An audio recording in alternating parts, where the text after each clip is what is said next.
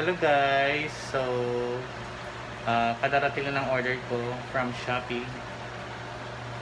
So, this item is actually a smartwatch. Mura lang naman siya. Kachipan, di ba? Pero okay lang.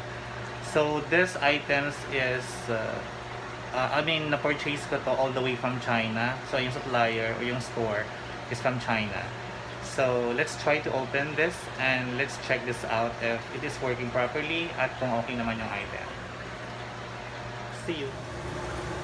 So, i-unbox ko na siya. Ayan. So, usually guys, so if may mga order ako online, so, wait lang, medyo makalat yung aking area. So, pasensya na. So, usually pag may kinukuha akong or may in-order ako online, so, every time na nare-receive ko siya, I'm making sure na dine-disinfect ko. At least spray some alcohol. Or hindi man mapatay yung virus or whatever bacteria na kumakit dito. Somehow, mabawasan naman siya. Okay.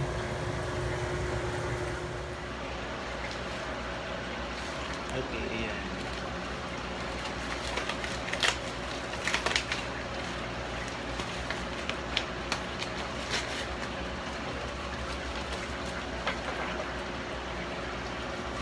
So, i-open ko siya.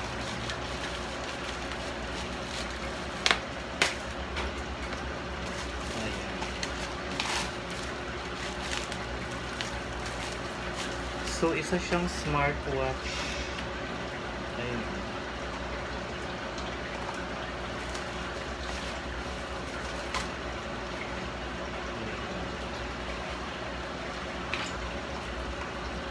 So, yung in-order kong color is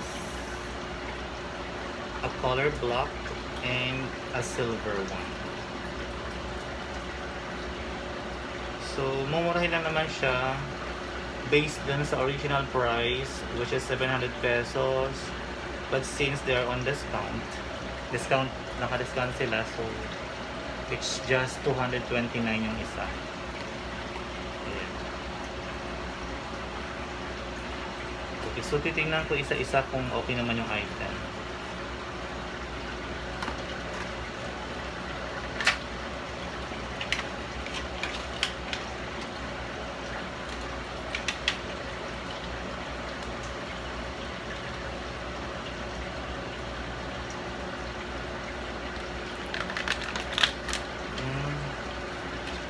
Ang cute niya.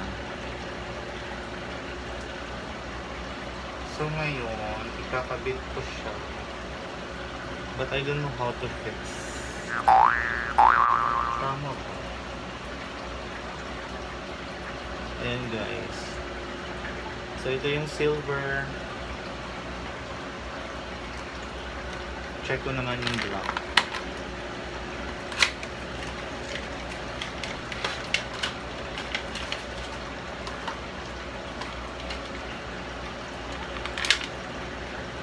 Ito yung black.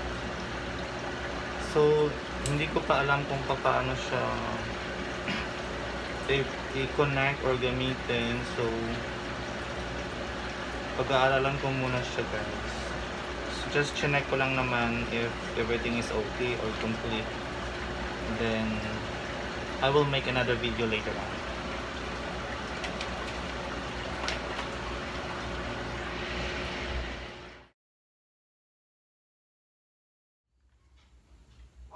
Okay guys, so by the way, so upon the information that I have gathered, so yung pag-charge pala nito is in order to protect or in order to save the battery of the smartwatch. I mean, kung gusto mong tumagal yung battery, so you have to charge it either on or in the laptop or using the power bank, because if you're going to charge using the adapter directly, so parang mas malakas kasi yung pasok ng current dun sa adapter directly to sa watch. So yung advice is just use a power bank or charge it to your laptop using the USB port.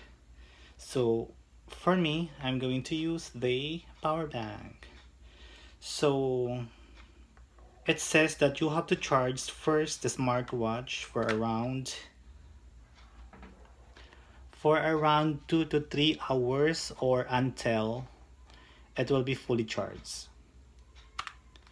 So i-charge ko muna siya for 2 to 3 hours or after fully charged. Then I will explore. I-explore ko siya, okay? Alright.